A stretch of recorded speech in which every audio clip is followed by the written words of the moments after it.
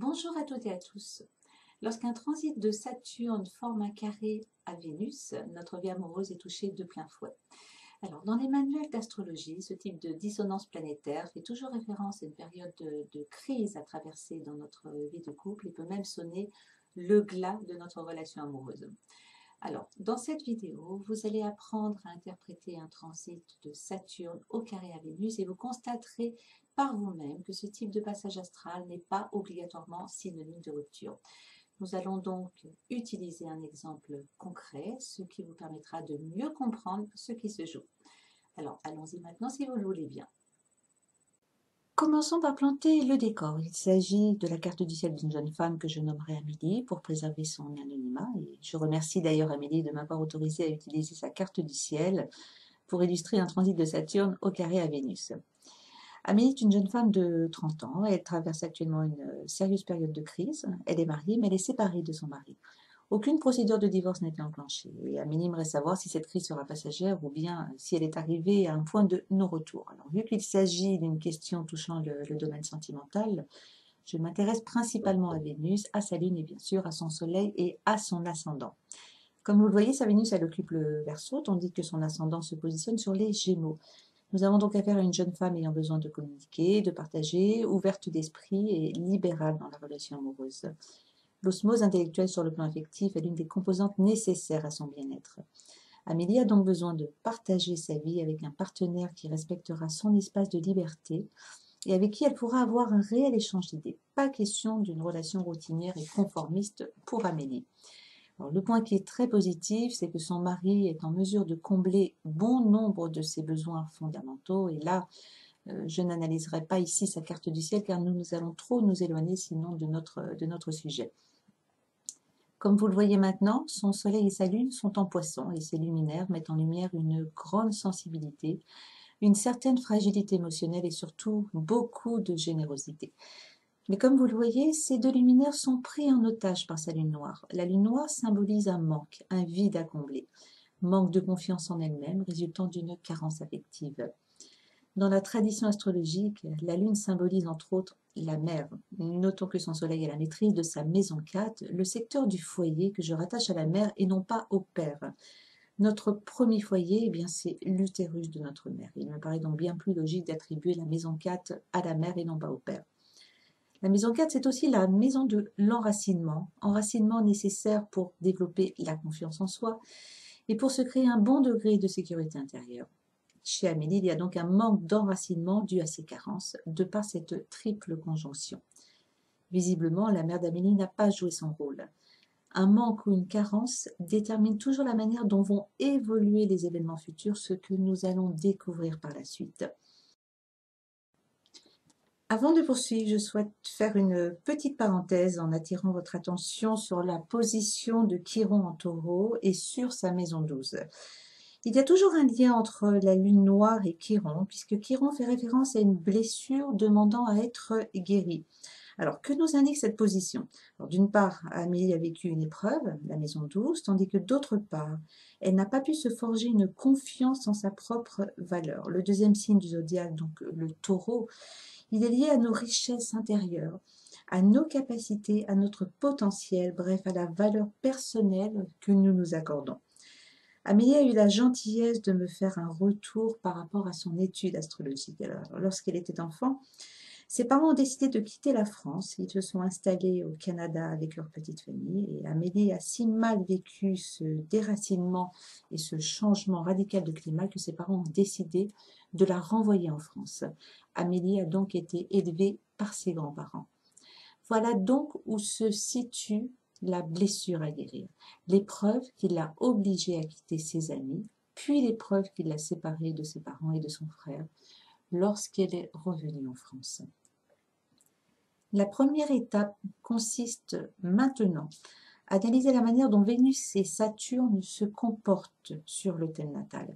Vénus est à 15 degrés du Verseau, tandis que nous trouvons Saturne sur le 16e degré du Scorpion. Ces deux planètes forment un carré. C'est un aspect de tension puisque les deux énergies de ces planètes ne fonctionnent pas à l'unisson. Elles se contrecarrent. Vénus en Verseau veut aimer librement et s'installer dans une relation vivante, stimulante, enrichissante et également anticonformiste, alors que Saturne en Scorpion veut construire du solide en censurant la spontanéité de Vénus. La liberté est dans un esprit de contrôle et de domination. Sous le joug de Saturne, Vénus ne peut exprimer sa nature car Saturne freine la libre expression de Vénus. Il s'agit d'un carré croissant puisque Vénus, la planète la plus rapide, s'éloigne de Saturne qui est la plus lente. Il aurait été question d'un carré décroissant si Vénus était positionnée aux alentours du 16e degré du Lion. La plus rapide, Vénus, se serait rapprochée de la plus lente. En cas de carré croissant, les deux planètes se combattent sur le plan concret, dans la réalité de tous les jours. En cas de carré décroissant, les énergies des deux planètes se contrecarrent, mais sur le plan intérieur. On n'arrive pas à harmoniser les différentes facettes de sa personnalité et ses différentes valeurs. Le mari d'Amélie voyage beaucoup pour raisons professionnelles, ce qui a toujours été une source de conflit entre deux. Vénus veut agir comme bon lui semble, alors que Saturne est dans un processus de domination. Amélie ne cesse de reprocher à son mari ses incessants déplacements. Amélie a attiré dans sa vie un homme qui est le reflet de cette dynamique, puisque son mari aime avant tout la liberté que lui procure son métier, alors qu'Amélie est dans le contrôle. La leçon de ce carré au natal consiste à réharmoniser ces deux planètes. Tel est le défi qu'Amélie a à relever, à savoir fournir un effort pour dépasser le carré, construire sans vouloir dominer l'autre.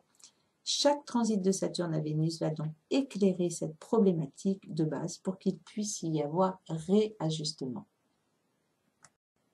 Le transit de Saturne au carré à Vénus natale est un carré décroissant puisque Saturne en mouvement se rapproche de Vénus natale.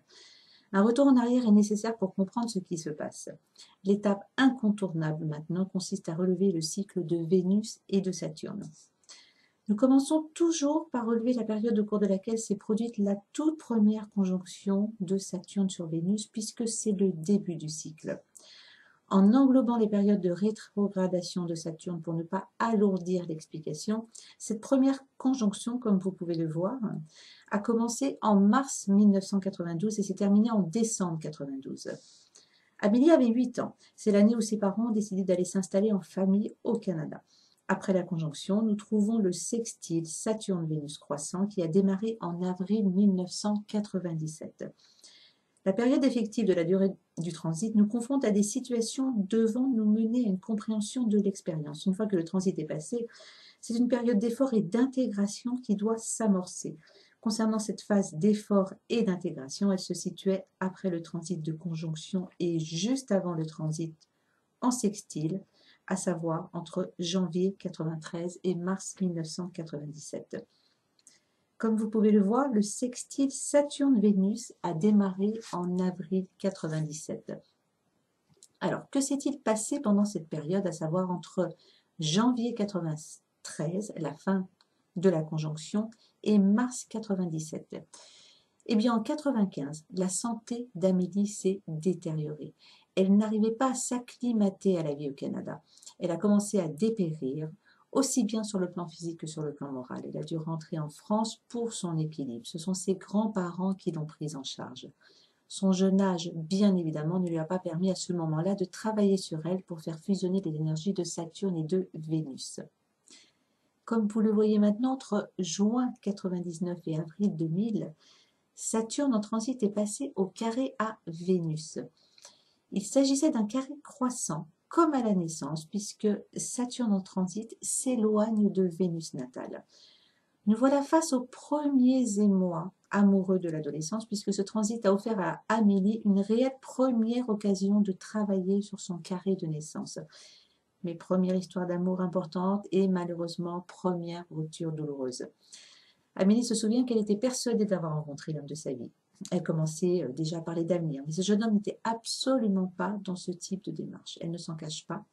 Elle l'a mis sous pression et sous tension, ayant besoin en permanence d'être rassurée concernant ses intentions futures. Son amoureux a pris la fuite tout simplement et bien évidemment. Ensuite vient le trigone et Amélie ne m'a pas communiqué d'informations concernant cette période de sa vie. Passons maintenant à l'aspect suivant, le quinconce croissant qui était actif pendant l'été 2014. C'est au cours de cette période qu'elle a rencontré son mari. C'est un aspect qui est synonyme de questionnement et de doute par rapport à une situation concrète, situation qui nécessite de réajuster concrètement certaines choses. Elle a rencontré son mari. À l'époque, il était engagé dans l'armée et était déjà amené à faire beaucoup de déplacements. À ce moment-là, les blessures de son enfance n'avaient toujours pas été pensées, puisque le choix de carrière de l'homme qui deviendra son mari par la suite a réactivé ses vieilles blessures, à savoir son chiron de maison 12 qui l'a confronté très jeune à l'épreuve du déracinement et de la solitude. Mais à ce moment-là, Amélie n'a vraiment pas fait le lien entre sa situation présente et son passé. Tout ce qui lui est venu à l'esprit, c'est qu'elle avait du mal à concevoir de trouver le bonheur auprès d'un homme qui serait souvent amené à être éloigné du foyer conjugal. Quoi qu'il en soit, s'il y avait eu compréhension, elle aurait pu aborder la phase d'intégration et d'effort pour penser ses vieilles blessures. Arrivée à l'opposition, si elle avait dépassé le carré croissant et profité du quinconce croissant pour régler ce qui ne l'était pas, le bilan aurait été positif. Alors qu'entre juin et août 2006, les tensions entre eux deux se sont accentuées et il y a donc eu une première rupture. Entre septembre 2008 et juin 2009, comme vous pouvez le voir, Saturne est passé au quinconce à Vénus. Mais là, nous abordons après l'opposition l'hémicycle décroissant. La dynamique, elle est complètement différente d'un quinconce croissant. Les doutes ne se situent plus concernant la réalité quotidienne. On ne travaille pas sur ce qui se passe pour retrouver l'équilibre, mais on entre dans la phase de travail sur soi. Entre juillet 2009, donc la fin du quinconce, et octobre 2010, juste avant le début du trigone décroissant, Amélie a entamé un travail de prise de conscience et de remise en question concernant sa difficulté à accepter les déplacements de son mari. Elle a compris la dynamique qui était en jeu. Elle a compris que cela avait un lien direct avec son vécu de petite fille. Cela lui a permis d'aborder le trigone décroissant entre novembre 2010 et septembre 2011 dans de meilleures dispositions d'esprit pour en tirer des fruits positifs.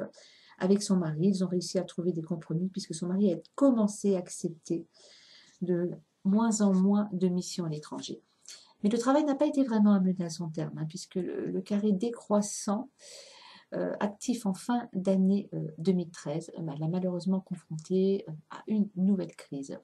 Le couple s'est séparé car son mari n'a pas pu se résoudre à refuser une mission à l'étranger de 2 ans qui était un véritable tremplin pour son évolution de carrière. Amélie ne pouvait pas concevoir de quitter son pays pendant 2 ans et ni de vivre éloignée de son mari pendant 2 ans. Au bout du compte, Amélie n'a pas vraiment dépassé toutes ses peurs. Ses blessures du passé, certes, elles sont moins douloureuses, mais elle continue à conditionner sa vie de femme. Le point positif, c'est qu'elle a une bonne compréhension de ce qui se passe et du défi à relever. Alors, Saturne passera au trigone à Vénus à partir de janvier 2016.